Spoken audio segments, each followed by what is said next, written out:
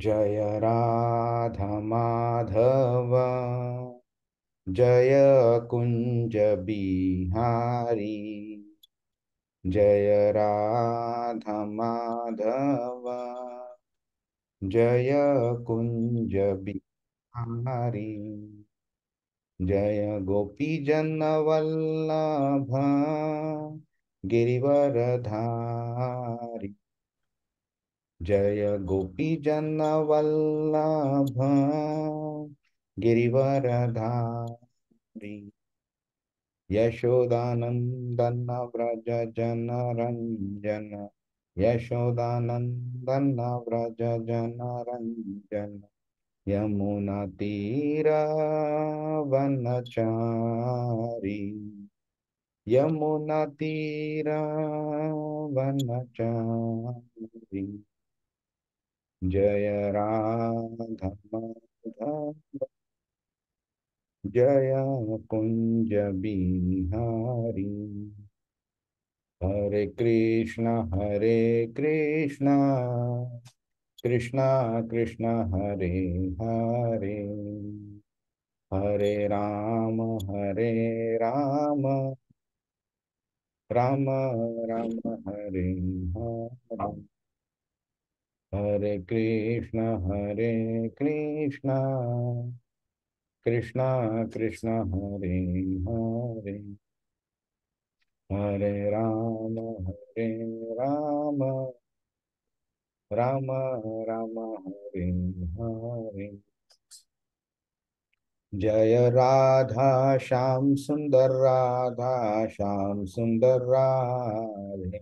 जय कृष्ण बलराम, कृष्ण बलराम, कृष्ण बलराम। जय कृष्ण बलराम, जय गौरानिताय, गौरानिताय, गौरनिताय। जय गौरानिताय, जय जय प्रभुपाद, प्रभुपाद, प्रभुपाद। जय श्रील प्रभुपाद।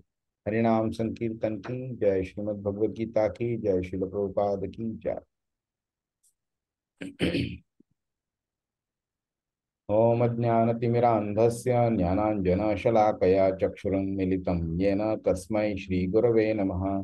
श्रीचैतन्यमनोभीष्टं स्थापितं येन भूतले स्वयं रूप कदा मह्यं ददाति स्वपदान्तिकम्।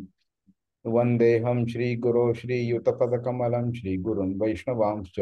श्रीरूपं साग्रजातं सहगण रघुनाथान्वितां तं सजीवं साद्वैतं सावधूतं परिजनसहितं चैतन्यदेवं श्रीराधा कृष्णपादान् सहगण ललिता श्रीविकांश्च।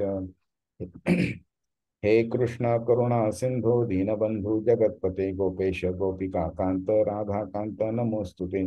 तप्त कांचन गौरांगी राधे वृंदावनेषु वृषभानुसुते देवी प्रणमामि हरिप्रिये। वाञ्छाकल्पतरुभ्यश्च कृपा सिन्धुभ्य एव च पतितानां पावनेभ्यो वैष्णवेभ्यो नमो नमः। नमो विष्णुपादाय कृष्णकृष्णाय भूतले श्रीमते भक्तिवेदांत स्वामिनिति नामिने नमस्ते सारस्वते देवे गौरवाणी प्रचारिणे निर्विशेष शून्यवादी पाश्चात्य देशतारिणे। जय श्री कृष्ण चैतन्य प्रभु नित्यानंद श्री अद्वैत गदाधर श्रीवासादि गौरभक्तवृंद। हरे कृष्णा कृष्ण कृष्ण हरे हरे, हरे राम राम राम हरे हरे। हरे कृष्णा, सगळ्यांचं स्वागत आहे। हरे कृष्णा।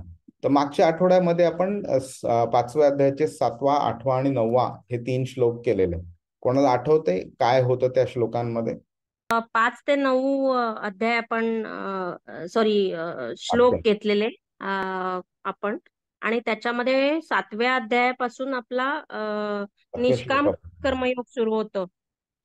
असं तुम्ही एम्फसाइज केलं होतं. तर निष्काम कर्मयोग म्हणजे आपल्याला जे माहिती आहे की सकाम म्हणजे काहीतरी फळाची अपेक्षा ठेवून कर्म करून पॉझिटिव्ह पुण्य कर्म करत जायचं, पण फळाची अपेक्षा ठेवायची. निष्काम म्हणजे आपण पुण्य कर्म करायचं पण फळाची अपेक्षा न करता केलेलं कर्म. तर त्याच्यामध्ये ते आपण त्या स्टेजला कसं जाऊ शकतो, तर 3 इम्पॉर्टंट जे पॉइंट मला आठवत आहे की मन, बुद्धी आणि इंद्रिय यांना जेव्हा आपण शुद्ध करू, बरोबर. तेव्हाच आपण या स्टेजला जाऊ शकू. कारण I mean at least I can talk about myself, पण वी आर नॉट देअर असं तुम्ही पण मेसेज दिला होता. तर बरोबर. ते शुद्ध करण्याचे खूप वेगवेगळे प्रकार आहेत आणि निष्काम कर्मयोग करण्याकरता कशा कशा पर्सनॅलिटी असल्या पाहिजे, त्यांच्यामध्ये काय असलं पाहिजे. तर त्यातला हा एक भाग होता की मन, बुद्धी आणि इंद्रिय यांच्यावर विजय म्हणजे बेसिकली इंद्रिय सुख अ, नसायला पाहिजे, किंवा आपलं मन जेव्हा म्हणतो तेव्हा आपले माइंडसेट किंवा आपले विचार आपले शुद्ध असले पाहिजे, किंवा बुद्धी म्हटलं तर आपले म्हणजे पुन्हा तेच की कोणाबद्दल वाईट विचार न करता म्हणजे चांगलं वर्तन केलं पाहिजे असं थोडंसं म्हणजे मी समजली प्रभूजी. बर, ठीक आहे. एक दस दोन पॉइंट तिकडे तिकडे थोडे हे होत आहेत की पुण्यकर्म जे असतं ते बेसिकली अपेक्षा ठेवून केलेलं चांगलं कर्म त्यालाच पुण्यकर्म म्हणतात. त्यामुळे तुम्ही म्हणालात त्याप्रमाणे अपेक्षा न ठेवता पुण्यकर्म करायचं तर ते थोडं कॉन्ट्रा मिनिंग इनकम्पॅटिबल आहे. कारण पुण्य हे अपेक्षेने केलेलं कार्यच त्यालाच पुण्यकर्म म्हणतात. जे दुसरं आहे ते निष्काम ओके. कर्मयोग आहे. पण काय प्रॉब्लेम काय आहे पुण्यकर्म करण्याचा, कोण सांगू शकेल? तिथे पुन्हा आपण आपल्या भौतिक जगामध्ये अडकलं जातो. कारण की आपण जेव्हा म्हणतो की मी सत्यनारायण पूजा करते तेव्हा माझ्या मुलीला चांगला मार्क्स मिळू दे, जस्ट एक एक्झाम्पल म्हणून देते प्रभूजी. हा, तर त्याच्यामध्ये मुलीला चांगले मार्क मिळाले समजून घ्या ती पूजा करून, तर पुढे म्हणजे 10वी मध्ये, तर पुढे पुन्हा ती 12वी होईल, तर we will keep on doing this. Getting into that trap of भौतिक सुखात करताच बेसिकली, असं बरोबर, माझं मत आहे प्रभूजी. बरोबर, बरोबर. आणि होतं काय की कधी कधी आपण अशा गोष्टी पण मागतो काही पुण्यकर्म करताना ज्या आपल्याला कृष्ण ह्या इमिडिएटली ह्या जन्मात देऊ नाही शकणार किंवा देत नाही तो.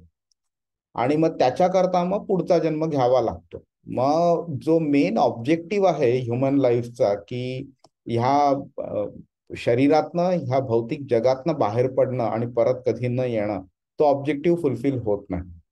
त्यामुळे पुण्यकर्म म्हणजे शास्त्रात सांगितलं आहे आणि मेंटॅलिटी आपली चांगली आहे म्हणून ते चांगलं कर्म ठरत नाही. तर आपण एक एक श्लोक आहे ज्याच्यामध्ये कृष्ण पाप अ, अ, अ, पद्मपत्र मीमांसा पापेन, आय थिंक आजच्या ह्याच्यातच येतोय तो.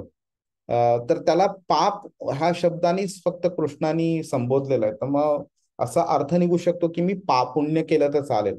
पण गंमत अशी आहे की कोणतीही गोष्ट जी आपल्याला कृष्णापासून लांब ठेवू शकते ती पापच झाली ती. फक्त त्याला आपण नाव देतो पुण्य म्हणून आणि त्याला आपण एका वेगळ्या पर्स्पेक्टिव्हनी बघतो. पण actually that is also a reason why we remain in this material world. Hare Krishna. तर आता आपण आज 10, 11 आणि 12 बघूया. चालेल, ठीक आहे. मग आपण 10वा श्लोक बघूया आपण. ब्रह्मण्याधाय कर्माणि संगम त्यक्त्वा करोति यः लिप्यते न स पापेन पद्मपत्रमिवाम्भसा. अनुवाद कोण वाचन? हरे कृष्णा.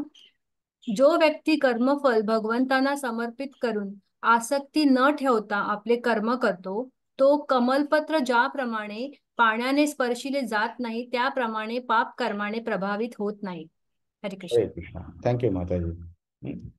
आता ह्या श्लोकाचा जर आपण इसेन्स जर बघितला तर कृष्ण आधी काय बोलते, ब्रह्मण्याधाय कर्माणी. कर्माणी म्हणजे जे पण आपण कर्म करतोय ते, त्याचं काय करायचं, आधाय म्हणजे समर्पित करणं. कोणाला समर्पित करणं, तर ब्रह्मणी. ब्रह्मणी प्लस आधाय म्हणजे ब्रह्मण्याधाय. तर ब्रह्मणी म्हणजे काय, तर ब्रह्मणी म्हणजे एका लेवलवरती जर आपण बघितलं तर ते निराकार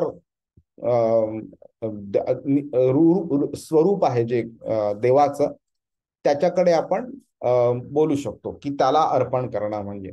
पण कृष्णानी ब्रह्मण हे काय आहे हे भगवद्गीतेमध्ये 2-3 श्लोकांमध्ये सांगितलेलं आहे. आणि सगळ्यात त्याच्यातलो इम्पॉर्टंट श्लोक आहे तो 14व्या अध्यायाचा 27वा श्लोक, जेव्हा कृष्ण बोलतो ब्रह्मणो हि प्रतिष्ठाहम. म्हणजे हे जे ब्रह्मण जे आहे, जे 2-3 वेगळे वेगळे टर्म्स आहेत. आपण 4थ्या अध्यायामध्ये ह्या टर्म्स बद्दल शिकलेलो. ब्रह्म, ब्रह्मा, ब्रह्मण, ब्राह्मण वगैरे. तर त्याच्यामध्ये जे ब्रह्म जे आहे ते anything and everything that is spiritual, आध्यात्मिक, त्याला ब्रह्म म्हणतात. तर ब्रह्मण जे आहे स्पेसिफिकली ते म्हणजे, ह्याला पण असे वेगळे पर्स्पेक्टिव्ह आहेत बघण्याचे, पण टेक्निकली जर बघितलं तर एक आहे आपलं आध्यात्मिक जगत आहे आणि भौतिक जगत आहे. तर ह्या दोघांमध्ये एक अतिशय स्पिरिच्युअल इफल्जन्स म्हणजे एक प्रकाश आहे भरपूर. हा, असं म्हणजे आपले डोळे पूर्णपणे बघू शकणार नाहीत एवढा तो प्रकाश आहे. तर तो जो प्रकाश जो जो आहे त्याला ब्रह्मण म्हटलं जातं. ओके. एका पर्टिक्युलर शास्त्रामध्ये हा प्रकाश कुठनं येतो हे सांगितलेलं आहे. तर जो कृष्णाचा जो उजव्या पायाचा जो अंगठा आहे, त्या अंगठ्याचा जो नख आहे, त्या नखातनं हा प्रकाश येतोय, असं त्या ह्याच्यात लिहिलेलं. आणि ईशोपनिषद जो आहे, त्या ईशोपनिषद मध्ये सुद्धा जेव्हा ती प्रार्थना केली जाते कृष्णापुढे, विष्णूपुढे, त्यावेळी तो जो साधक असतो, तो साधक म्हणतोय तिकडे की तुमचा हा जो प्रकाश आहे तो जरा दूर सारा, त्यामुळे मला तुम्हाला बघता येत नाही. तर असे वेगळ्या वेगळ्या ठिकाणी ह्याचे रेफरन्सेस आलेले आहेत. आता काय झालंय, कृष्ण 2ऱ्या अध्यायापासून 6व्या अध्यायापर्यंत स्वतःबद्दल इनडायरेक्ट रेफरन्सनी बोलतोय तो. एक्सेप्ट फ्यू वर्सेस लाईक 61वा श्लोक 2ऱ्या अध्यायाचा, 22वा श्लोक 3ऱ्या अध्यायाचा वगैरे, जिकडे त्यांनी डायरेक्ट रेफरन्स दिलेला आहे. पण तो डायरेक्ट रेफरन्स सुद्धा कॉन्टेक्स्च्युअल आहे. त्या पर्टिक्युलर सिच्युएशनला he is referring about himself.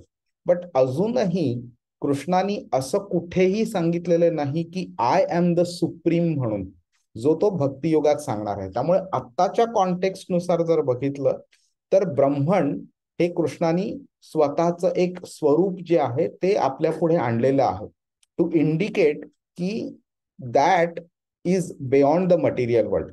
तर कृष्ण काय बोलतोय की ब्रह्मणला तुम्ही तुमचे कर्म अर्पण करा. आणि काय, संगम त्यक्त्वा. कोणतं संग त्यक्त्वा म्हणजे देऊन टाकणं. पण काय देऊन टाकणं? संगम म्हणजे हे जे फल असतं कर्माचं, त्या फलाचं जो एक संग निर्माण होतो आपल्याला मेंटली, तो संग त्यक्त्वा. ओके. आता हे जे आहे आतापर्यंत ते थोड्याफार फरकाने कृष्णाने आधी आपल्याला वेगळ्या वेगळ्या श्लोकांमध्ये शिकवलेलं. आता काय आहे, ह्या श्लोकाचा जो मेन कॉम्पोनंट आहे तो आपण आता बघतोय. लिप्यते नस पापेन पद्मपत्र मिवांभसा. ओके. पद्म म्हणजे काय? लोटस. पत्र म्हणजे ते जे पान असतं, लोटसचं जे झाड असतं, त्या झाडाचं जे पान असतं ते पद्मपत्र. पद्मपत्रम इव अंभसा. अंभ म्हणजे पाणी, अंभसा म्हणजे पाण्यासारखं.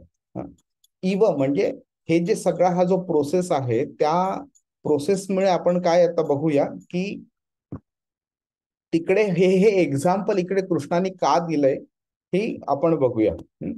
मी जरा हे पुढे जातो.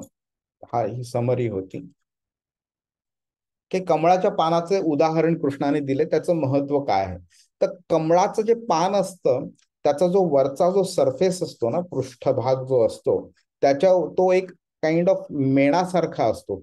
मेण exactly term may not be right, पण तुम्ही बघितलं असेल की काही काही झाडांची पानं असतात, त्याला एक असं ना पानाच्या वरती काही असं एक वेगळं असं लेअर असतो एक. त्या लेअर वरती काय होतं, पाणी जर ड्रॉप पडला तर तो ड्रॉप कसा एकदम खाली सरकून जातो, त्या पाण्याला पत्राला कुठे टच नाही होत. जनरली काय होतं, आपण एखादं कापड किंवा लाकूड किंवा दगड वगैरे काहीही घेतलं आणि त्याच्यावरती एक पाण्याचा ड्रॉप टाकला, तर काय होतं, पाण्याच्या संपर्कात येण्यामुळे ती जी गोष्ट असते, त्या गोष्टीला पाण्याचा एक पाणी टच करतं आणि पाणी त्याच्यावरती राहतं. हा, म्हणजे कापड शोषून घेतं किंवा लाकूड असेल तर ते शोषून घेईल, दगड असेल तर दगडावरनं थोडं ते सरकून जाईल पाणी, बट ट्रेसिस पाण्याचा टच झाल्यामुळे तो ओलेपणा तिकडे राहतो. आता काय होतं की ह्याच्यामुळे आपण काय बघू शकतो की पाणी हे त्या ज्या ऑब्जेक्ट बद्दल आता आपण बोललो त्या ऑब्जेक्टचा आणि पाण्याचा कॉन्टॅक्ट आल्यावरती पाणी तिकडे ट्रेसिस जे असतात कमीत कमी ते तरी राहतात. कमळाचं पान असं आहे की तिकडे पाणीचा तो थेंब आहे तो संपूर्णच्या संपूर्ण थेंब तो खाली उतरून जातो. तो त्या पाण्याला पत्राला पानाला कुठेही स्पर्श करत नाही तो. त्यामुळे पाणी त्याला टच झालं हे कधी आपल्याला कळणारच नाही पाण्याचा तो थेंब उतरून गेल्यावरती. तसंच कृष्ण बोलते की एक निष्काम कर्मयोगी जो असतो तो आपले कर्म केल्यानंतर त्याचा आणि त्या कर्मफलाचा संबंध तसा असतो. मिनिंग तो कर्मफल त्याच्या आयुष्यातनं कधी निघून गेला हे त्याला स्वतःला सुद्धा कळत नाही तो. आणि कोणतंही पाप असो किंवा पुण्य असो त्यांच्या कोणत्याही प्रतिक्रिया ज्या असतात, म्हणजे कोणताही जो ट्रेसिस असतात त्या ट्रेसिस कोणतेही राहत नाहीत त्याच्यावर. तर आता आपण समजू शकतो की प्रत्येकाने हा प्रश्न स्वतःला विचारला पाहिजे की आपण दिवसाला संपूर्ण 24 तासामध्ये काय काय कर्म करतो आणि प्रत्येक कर्म जो करतो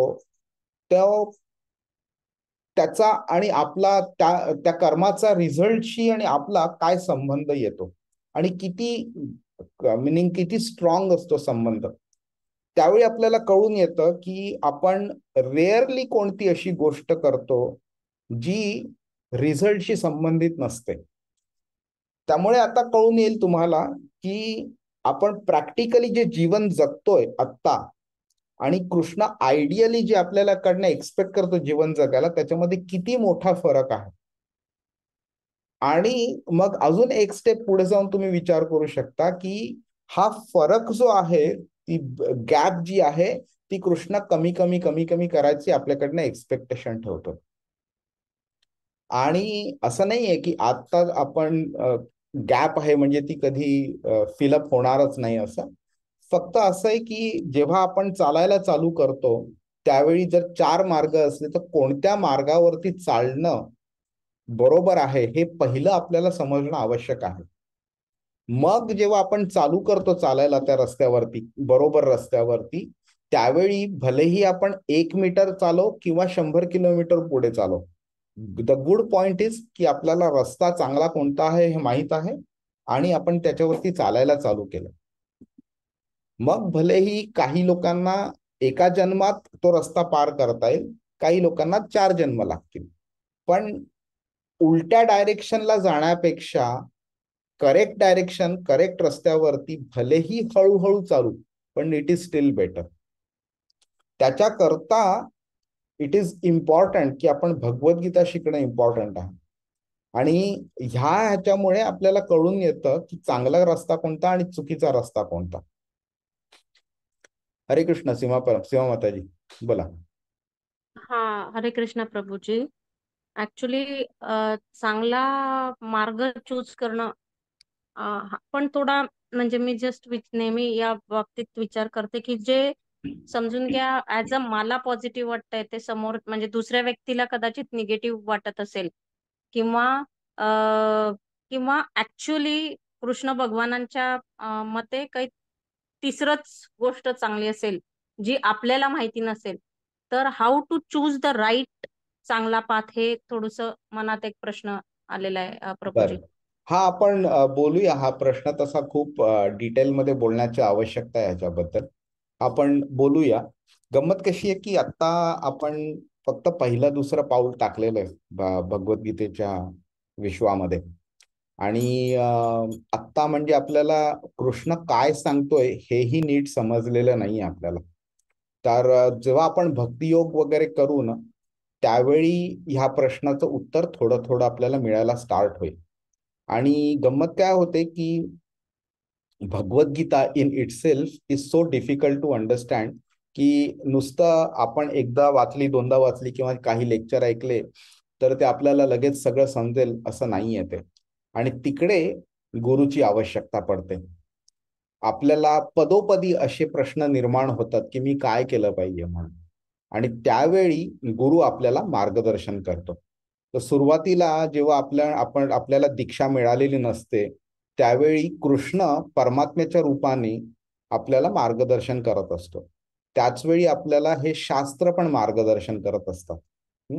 पण जेव्हा आपल्याला अजून अजून पुढे पुढे जायचं असतं, जसा रस्ता अजूनही डिफिकल्ट होत जातो, त्यावेळी गुरुशिवाय पर्याय नसतो आपल्याला. त्यामुळे स्पेसिफिक जेव्हा असे क्वेश्चन्स येतात की मी काय करायला पाहिजे, you have to remain assured की यू नीड अ गुरु म्हणून. आणि एक साधा प्रश्न आपण प्रत्येक वेळी स्वतःला विचारू शकतो, एक नाही दोन प्रश्न, की पहिलं म्हणजे what ever I am doing ते मी सेल्फिशली करतोय, माझ्या मटेरियल बेनिफिट करता करतोय का स्पिरिच्युअल बेनिफिट करता करतोय, हे मला शॉर्ट टर्म बेनिफिट देणार आहे का लॉंग टर्म बेनिफिट देणार आहे, हा पहिला प्रश्न. आणि जर शॉर्ट टर्म बेनिफिट आहे आणि लॉंग टर्म नुकसान आहे तर खरं तर आपण नाही केलं पाहिजे. पण कधी कधी लोकांना इंद्रिय तृप्तीची इतकी सवय झालेली असते, हव्यास असते त्याच्याबद्दल, त्यामुळे त्यांना ते मुश्किल पडतं अवॉइड करायला. दुसरी गोष्ट म्हणजे हे मी जे करतोय हे कृष्णाच्या भक्ती रिलेटेड आहे का का नाही, हा प्रश्न पण आपण स्वतःला नेहमी विचारू शकतो. त्यावेळी आपल्याला खरं उत्तर मिळतं की बाबा आता जे मी करतोय ते may be it is something, म्हणजे मला टेम्पररीली मला त्याची गरज वाटते पण लॉंग टर्म मध्ये मला त्याचं नुकसान आहे, I better not do it. त्यावेळी आपण सुद्धा असे डिसिजन्स घेऊ शकतो की राईट काय आणि रॉंग काय करूया. हरे कृष्णा. आता मी हरे मगाशी कृष्णा. म्हटल्याप्रमाणे पापेनं हा शब्द कृष्णाने वापरलेला आहे इकडे, त्यामुळे असा अर्थ निघू शकतो की बाबा पापापासनं आपण हे व्हायला पाहिजे, म्हणजे लांब राहायला पाहिजे, पापाचा संग त्यक्त्वा करायला पाहिजे, पण पुण्य केलं तर चालेल. तर असं आहे की आपण जसं म्हटल्याप्रमाणे की पाप हा जो शब्द आहे तो आता कृष्णाने सर्वसमावेशक असा शब्द वापरलेला आहे. ओके, म्हणजे काय तर त्याच्यामध्ये पुण्य पण आलं का, तर आपण साधी बघितलं की पाप ॲज वेल एज पुण्य हे आपल्याला कृष्णापासून लांब ठेवतं, दूर ठेवतं. त्यामुळे तुम्ही असं फिलॉसॉफिकल लेवलला जर बघितलं तर एनी अँड एव्हरीथिंग जे आपल्याला कृष्णापासून लांब ठेवतं ते त्याला पापच म्हटलं जाऊ शकतं. हरे कृष्ण. एक कृष्ण जेव्हा वृंदावनात आपल्या मित्रांशी वगैरे खेळायचा वगैरे, त्यावेळी एक छोटस एक घटना घडलेली तिकडे. तर कृष्णाने त्याच्या मित्रांना सांगितलं की एक दोन जणांना सांगितलं की जा जरा बाजूला एका गावामध्ये काही ब्राह्मण यज्ञ करत बसलेले आहेत, तर तुम्ही त्यांच्याकडनं जाऊन थोडस खायला मागवून घ्या म्हणून. तर ती मुलं गेली मागायला तिकडे आणि त्या ब्राह्मणांनी सांगितलं चला जा इकडनं, काय मिळणार नाही तुम्हाला, आमचं यज्ञ चालू आहे, यज्ञ संपूर्ण झाल्याशिवाय भोगा अर्पण केल्याशिवाय कोणाला प्रसाद मिळणार नाही. तर ती मुलं परत आली. तर आता कृष्णाला तर माहिती होतं हे म्हणा काय होणार आहे, म्हणून त्यांनी मुद्दामून त्या ब्राह्मणांची परीक्षा घेण्याकरता त्यांना पाठवलेलं. तर मग कृष्ण बोलले आपल्या त्या मित्रांना की तुम्ही आता तिकडे बाजूलाच 4 घरांच्या बाजूला त्याच ब्राह्मणांच्या बायका बसलेल्या आहेत आणि ते जेवण बनवत आहेत, तर तुम्ही त्यांना जा आणि सांगा की कृष्णाला भूक लागलेली आहे, तर कृष्णाकरता तुम्ही थोडंसं आम्हाला जेवण बांधून द्या म्हणून. तर ते गेले. आणि त्या ब्राह्मणांच्या बायकांनी जेव्हा ते ऐकलं त्यावेळी त्यांना इतकं आनंद झाला, ते बोलले की अरे कृष्ण आला इकडे, कृष्णाला भूक लागलेली आहे. तर लगेचच्या लगेच त्यांनी बांधून दिलं भरपूर असं जेवण वगैरे त्यांच्याकडनं वगैरे. आणि नंतर मग कृष्णाचे मित्र त्याच्याकरता जेवण घेऊन आले तिकडनं. त्या दोघांमध्ये तुम्ही फरक बघा तुम्ही, की ब्राह्मण जी व्यक्ती म्हणजे यज्ञ वगैरे करत आहे वगैरे, त्याला खरं तत्व समजलं असलं पाहिजे. पण तरी त्याला कळलं नाही की हे यज्ञ जे आहे त्याचा भोक्ता जो आहे तो कृष्णच आहे. भोक्तारम यज्ञ तपसाम सर्व लोक महेश्वरम. पण त्या ब्राह्मणांच्या बायकांना ते लगेच जाणवलं की नाही, कृष्ण आला इकडे, कृष्णाकरता द्यायचं. त्यामुळे त्यांनी हा सगळा विचार नाही केला की हे भोग आहे, अर्पण केलंय की नाही, प्रसाद आहे की नाही, हे सगळं विचार न करता त्यांनी डायरेक्ट कृष्णाकरता दिला. तर सांगायचा मुद्दा हा की नुसतं हे टेक्निकल नॉलेज असून उपयोग नाही, की बाबा पापाला दूर ठेवायचं, पुण्याला दूर नाही ठेवायचं, किंवा पुण्याला पण दूर ठेवायचं. त्याचं प्रॅक्टिकल इम्प्लिमेंटेशन पण आपल्याला समजलं पाहिजे की जसं आता माताजींनी प्रश्न विचारला की एनिथिंग अँड एव्हरीथिंग दॅट, म्हणजे आपल्याला कृष्णाच्या मार्गावरती जे घेऊन जाईल ते चांगलं आहे. आणि एनिथिंग अँड एव्हरीथिंग जे आपल्याला कृष्णाच्या मार्गापासनं लांब ठेवतं ते पाप आहे, ते चुकीचं आहे. हरे कृष्णा. हे जरा टेक्निकल आहे त्यामुळे मी हे स्किप करतो. मी प्रधान काय आहे, महत्त्व काय आहे, ब्रह्मण काय आहे वगैरे, आणि कृष्णाशी त्याचा संबंध काय आहे, अगदी काय म्हणतात त्याला, अगदी संक्षिप्त रूपात सांगायचं झालं तर पूर्ण भौतिक जगत जे आहे, ओके, तर त्याला महत्त्व म्हटलं जातं. त्या महत्त्वावरती कृष्णाची नजर पडते आणि मग नंतर त्याच्यामध्ये ऍक्टिव्हिटी निर्माण होते, त्यावेळी त्याला प्रधान म्हटलं जातं. आणि नंतर मग तमोगुण, रजोगुण, सत्वगुण, पृथ्वी, आकाश, वायू वगैरे ह्या सगळ्यांची निर्मिती वगैरे होते. आणि त्यानंतर मग आत्मे जे असतात ते मग गर्भोदक्ष विष्णू त्यांना या मटेरियल युनिव्हर्समध्ये घेऊन येतो आणि मग त्यांना शरीर वगैरे मिळतं. तर ही सगळं तो टेक्निकल भाग आहे. वेगळ्या वेगळ्या शास्त्रामध्ये बऱ्याच डिटेलमध्ये लिहिलेला आहे. आपण नंतर कधीतरी बोलू त्याबद्दल. मी हे स्किप करतो हा पॉइंट. पण फक्त अगदी संक्षिप्त रूपात सांगायचं झालं तर ब्रह्म जे आहे ते आपण बोललो, ते कोणतंही आध्यात्मिक गोष्ट आहे, त्या आध्यात्मिक गोष्टीला त्याचं इन टोटल आपण म्हटलं तर ब्रह्म म्हटलं जातं. पण कृष्णाला आपण परब्रह्म म्हणतो. इवन अर्जुन सुद्धा भगवद्गीतामध्ये चतुश्लोकी भगवद्गीता संपली त्यानंतर 12व्या श्लोकामध्ये 10व्या अध्यायाच्या परम ब्रह्म परम धाम पवित्रम परमम भवान असं कृष्णाला म्हणतो तो, म्हणजे तू परम ब्रह्म आहेस.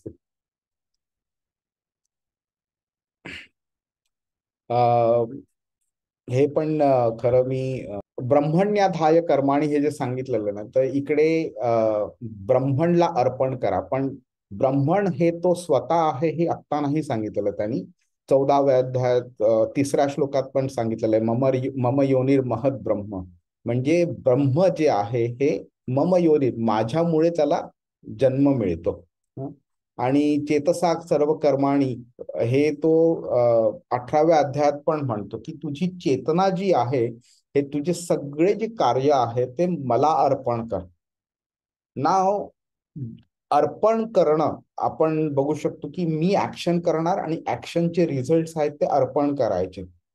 अर्पण करणं ही ऍक्शन कॉमन आहे दोन्ही श्लोकांमध्ये, 5व्या अध्यायाचा 10वा श्लोक आणि 18व्या अध्यायाचा 57वा श्लोक. पण एका ठिकाणी ब्रह्मणला अर्पण कर बोलतोय आणि एका ठिकाणी बोलतोय मला अर्पण कर. नंतर 3ऱ्या अध्यायाच्या 30व्या श्लोकामध्ये सुद्धा कृष्ण बोलतो मयी सर्वाणी कर्माणी संन्यस्याध्यात्म चेतसा, तुझे सर्व कर्म आहे ते मला अर्पण कर. तर इकडेच आपल्याला कळून येतं की ब्रह्मण हे आता ह्या लेवलची जे आपलं नॉलेज आहे त्या नॉलेजच्या दृष्टीने कृष्णाने तो शब्द तिथे टाकलेला आहे. पण as we move forward in our knowledge, Krishna स्वतःला प्रॉपरली रिव्हील करतो त्यावेळी तो कृष्ण बोलतो की ते मला अर्पण कर म्हणून. त्यामुळे आपण कळू शकतो की ब्रह्मण हे कृष्णापेक्षा कोणतं वेगळी गोष्ट नाही आहे. ओके, पण 11वा श्लोक बघूया. हा श्लोक खूप इम्पॉर्टंट आहे. तर आय वुड रिक्वेस्ट की तुम्ही जरा थोडा अटेंटिव्ह राहा इकडं. हरे कृष्णा. कायेन मनसा बुद्ध्या केवलैरिन्द्रियैरपि योगिनः कर्म कुर्वन्ति संगम त्यक्त्वात्मशुद्धये. अनुवाद. हरे कृष्णा.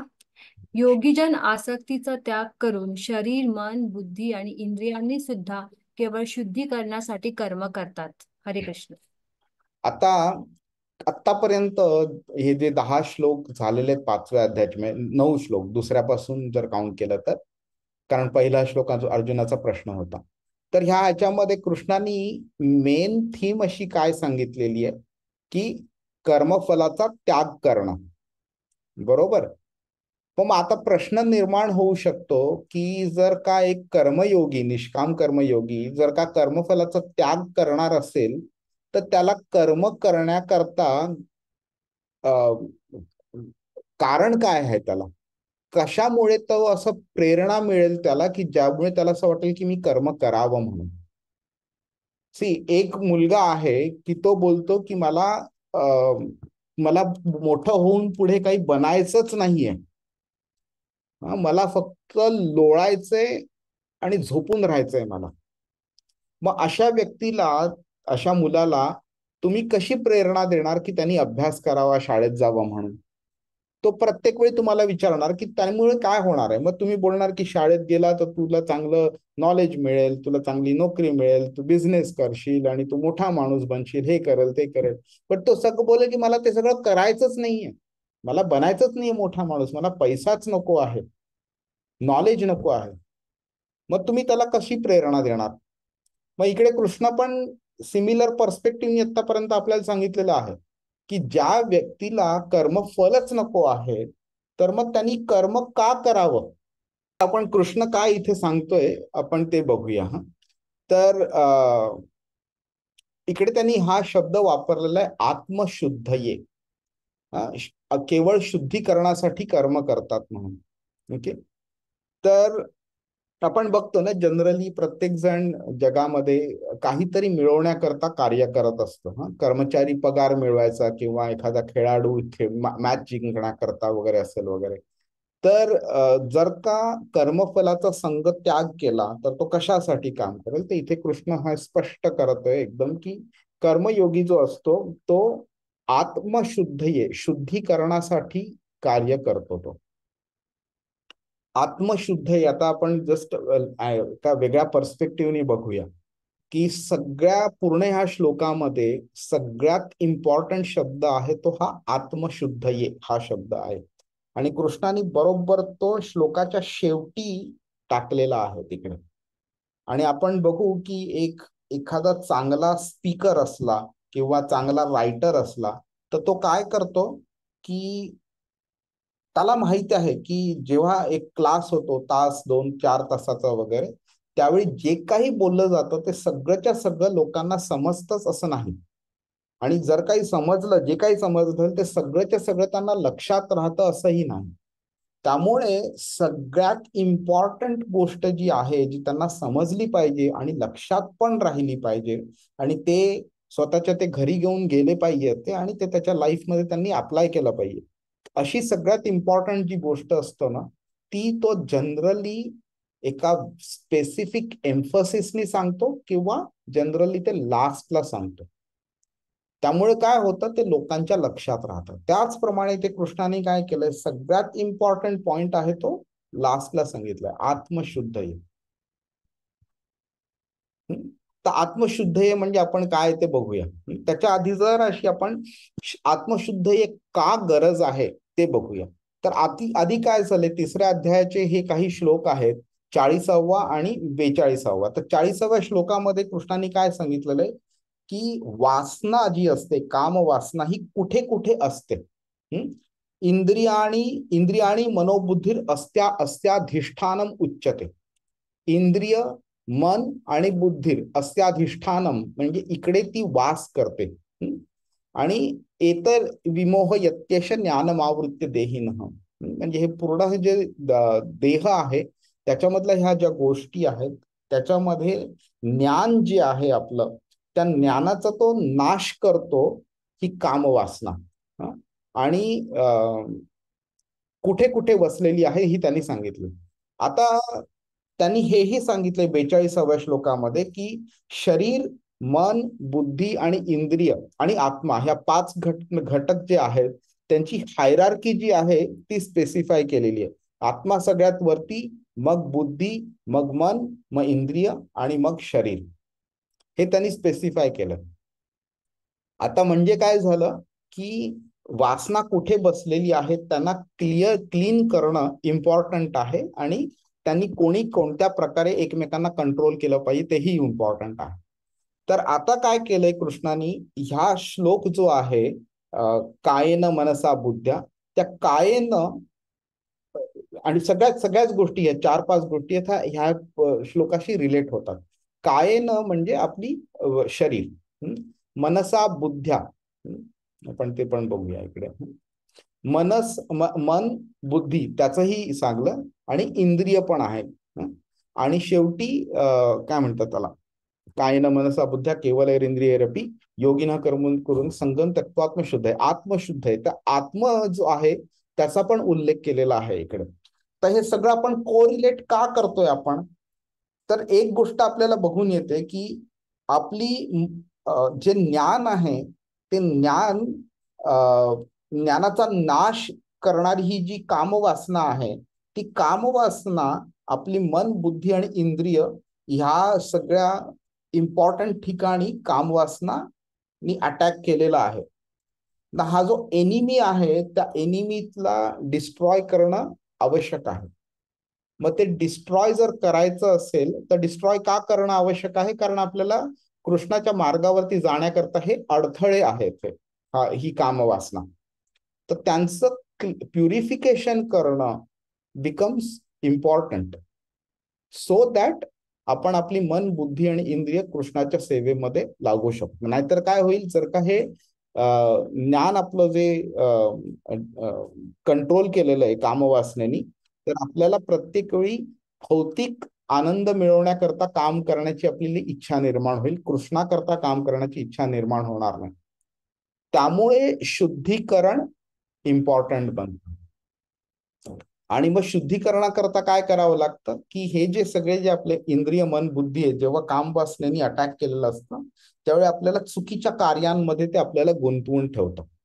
आता गंमत कशी असते, आपण बघू, साधा एक डोळे किंवा कान ह्यांचं एक्झाम्पल बघू. डोळ्यांमुळे काय होतं, आपल्याला वासना जी असते ती डोळ्यांमध्ये नसते. वासना जी असते ती डोळ्यांचा वापर करते आणि आपल्याला अशी गोष्ट बघायला लावते जी बघितल्यामुळे आपल्याला चुकीच्या मार्गावरती चालण्याची इच्छा निर्माण होते.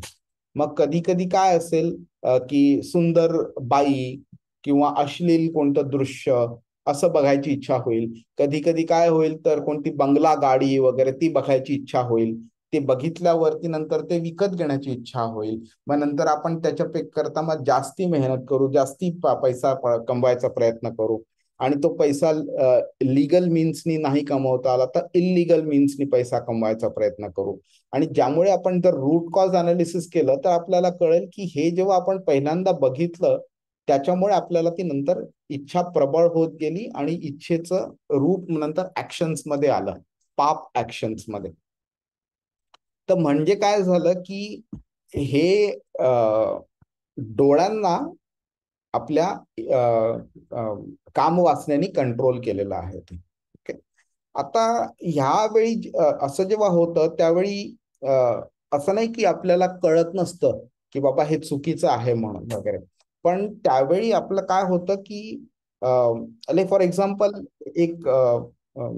एका घरी समजा सगळी लोक कुठेतरी गेलेत आणि तर दरवाजा उघडा ठेवून गेलेत, दरवाजा लॉक करायचा विसरले. तर अशा वेळी काय होणार, चोर आतमध्ये येण्याची प्रोबॅबिलिटी जास्ती असते. पण समजा त्यांनी दारं खिडक्या वगैरे सगळं व्यवस्थित लॉक करून ठेवलं तर चोर आत येण्याची प्रोबॅबिलिटी खूप कमी होते. म्हणजेच काय की गार्ड जर नसेल, सिक्युरिटी नसेल, तर आपल्याला अटॅक होण्याचे चान्सेस जास्ती आहेत.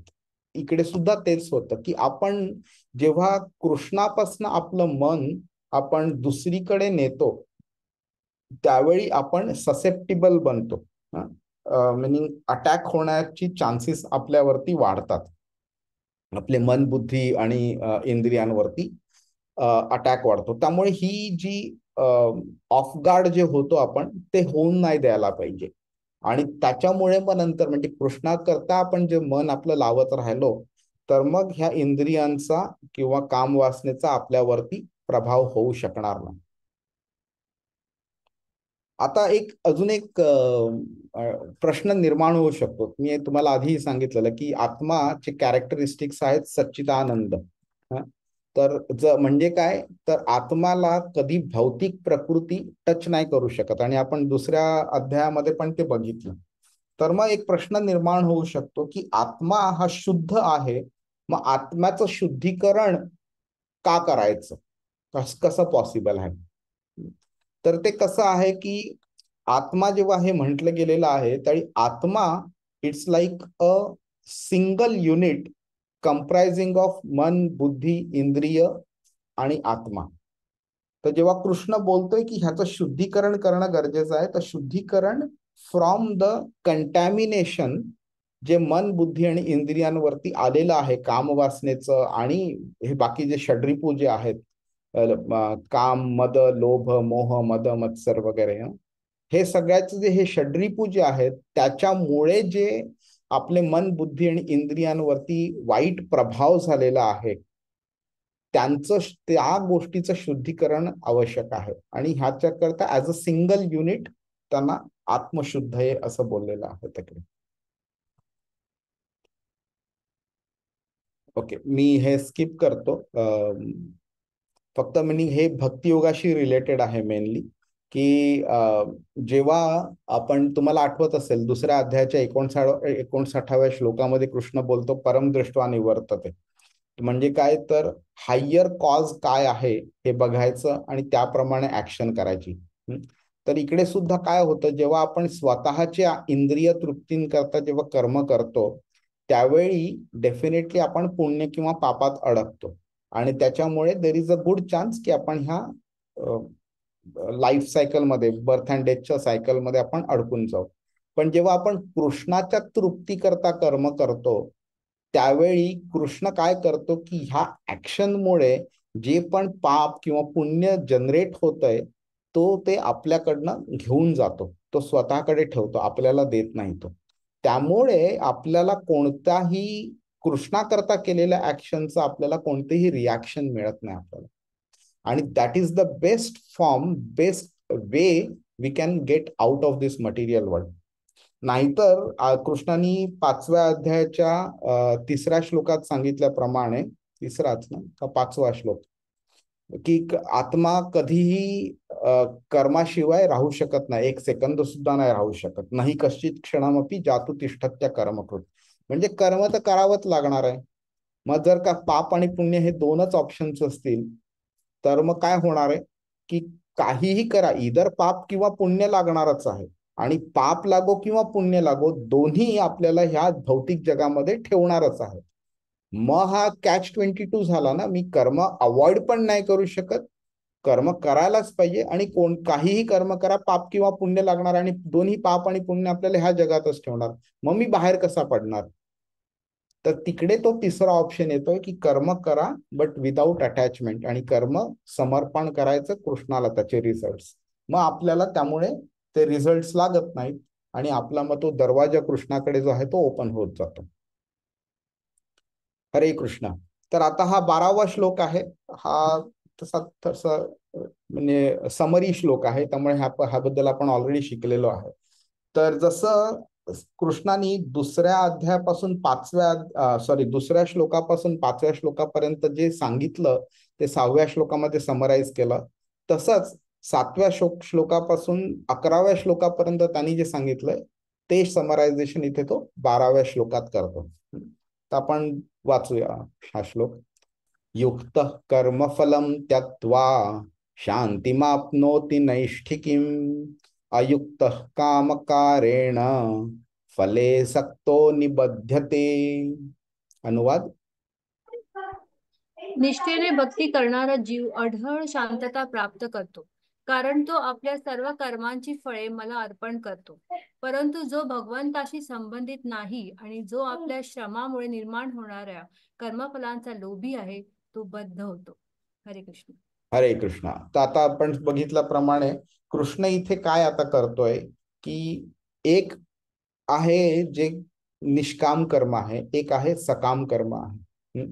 तर ह्याच्या प्रोसेस बद्दल आणि कॅरेक्टरिस्टिक्स ऑफ द प्रोसेस बद्दल त्यांनी आतापर्यंत सांगितलं.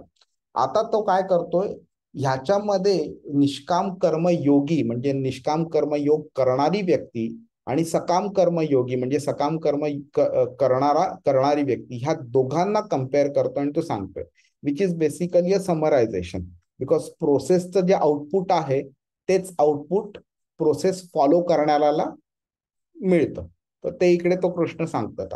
युक्त आणि अयुक्त अशी दोन व्यक्ती घेतलेले आहेत. पहिल्या लाईन मध्ये त्यांनी युक्त म्हणजे भक्तियोग करणारा किंवा कर्मयोग करणारा आणि अयुक्त म्हणजे जो सकाम कर्मयोगी आहे किंवा जो कर्मफलाची अपेक्षा ठेवून करतो, मग भलेही पाप असो किंवा पुण्य असो पण कर्मफलाची अपेक्षा ठेवून करतो, या दोन लोकांबद्दल सांगितलेलं आहे. आता तर इकडे काय ह्याचं रिलेशन आहे ते आपण एक जरा फक्त बघून घेऊया. म्हणजे why this shlok is important especially from Arjun's perspective. Okay.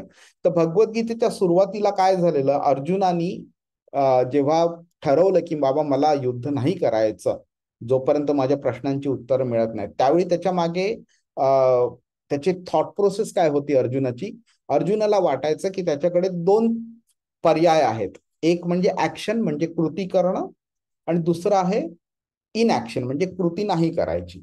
म्हणजे पहिल्या ऑप्शन मध्ये जिकडे कृती करायला येते त्याला काय वाटतं की आता त्याच्या पुढे कृती करणं म्हणजे फायटिंग करणं हे आलं.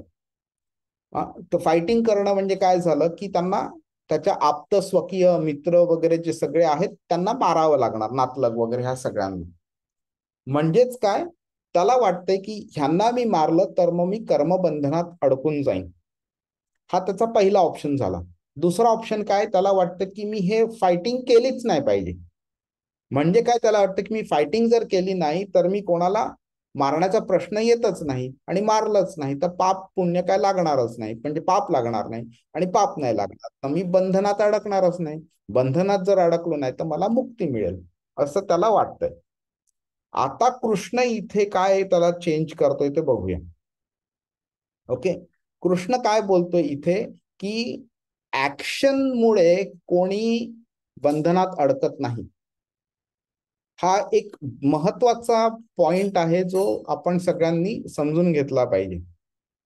कर्मामुळे कोणीही बंधनात अडकत नाही. कर्म कोणत्या मेंटॅलिटीनी केलंय त्याच्या बेसिसवरती आपण ठरवू शकतो की बापा तो बंधनात अडकेल किंवा नाही अडकेल. ओके. जर का तुम्ही कर्मफलाची आसक्ती ठेवून कर्म केलं तर तुम्ही कर्मबंधनात अडकणार. जर का तुम्ही कर्मफलाची आसक्ती नाही ठेवली, इच्छा नाही ठेवली आणि त्याच्या करता तुम्ही कर्म नाही केलं तर तुम्ही बंधनात अडकणार नाही. हा जो मेन पॉइंट आहे तो कृष्ण इथे अर्जुनाला इथे समजवतोय की तुझी मानसिकता काय आहे कर्म करताना, त्याच्या बेसिसवरती तू कर्म बंधनात अडकणार किंवा नाही अडकणार हे ठरवलं जातं. त्यामुळे कृष्णाने काय केलं इकडे आपण जस्ट एक टेक्निकली जरा बघूया. अर्जुनाकडे काय पर्याय होतं, निष्क्रियता आणि कृती, इनऍक्शन किंवा ऍक्शन. कृष्णाने त्याला दोनच्या ऐवजी तिसरा पर्याय दाखवला. निष्क्रियता ही ती जी अर्जुनाचा थॉट प्रोसेस होता ती कृष्णाने डायरेक्टली एक्सेप्ट केला ऍज अ ऑप्शन. पण त्याच्याबद्दल कृष्णाने काय सांगितलं दुसऱ्या श्लोकापासून 6व्या श्लोकापर्यंत की निष्क्रियतेपेक्षा क्रिया चांगली आहे. बरोबर. त्यामुळे निष्क्रियता as a option is already ruled out. आता क्रियेमध्ये सुद्धा, कृतीमध्ये सुद्धा दोन ऑप्शन्स आहेत. इधर तुम्ही ऍक्शन, तुम्ही अटॅचमेंट ठेवा फलाची आणि करा, किंवा अटॅचमेंट न ठेवता तुम्ही करा. म्हणजे एक आहे संलग्न कृती आणि एक आहे अलिप्त, अटॅच्ड आणि डिटॅच्ड. तिकडे तो कृष्ण सांगतोय की ही जी अटॅचमेंट असताना केलेली ऍक्शन आहे, this is the cause of your bondage. पण जर तुम्ही डिटॅचमेंटनी ऍक्शन केली तुम्ही, तर दॅट विल लिबरेट यू. हरे कृष्ण. आता मी ह्या इकडे नाही जात. मी हे पण अतिशय डीप मध्ये गेल्यासारखं होईल की 3ऱ्या अध्यायामध्ये 7व्या श्लोकापासून 12व्या श्लोकापर्यंत कृष्ण सकाम कर्मयोगाची लिंक करून तो बोललेला. इकडे मी ते जरा स्किप करतो. 25व्या श्लोकापासून 30व्या श्लोकापर्यंत जेव्हा व्यक्ती कर्म करतो एका इनिशियल स्टेजवरती, त्यावेळी तो अटॅचमेंटनी कर्म करत असतो. तर त्या रिलेटेड पण आहे.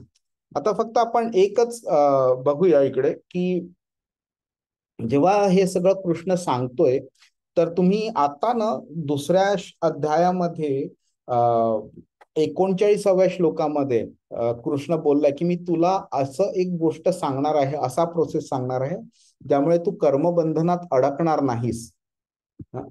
तर तो म्हणजे कर्मबंधम प्रहास्यसी असा शब्द वापरतो.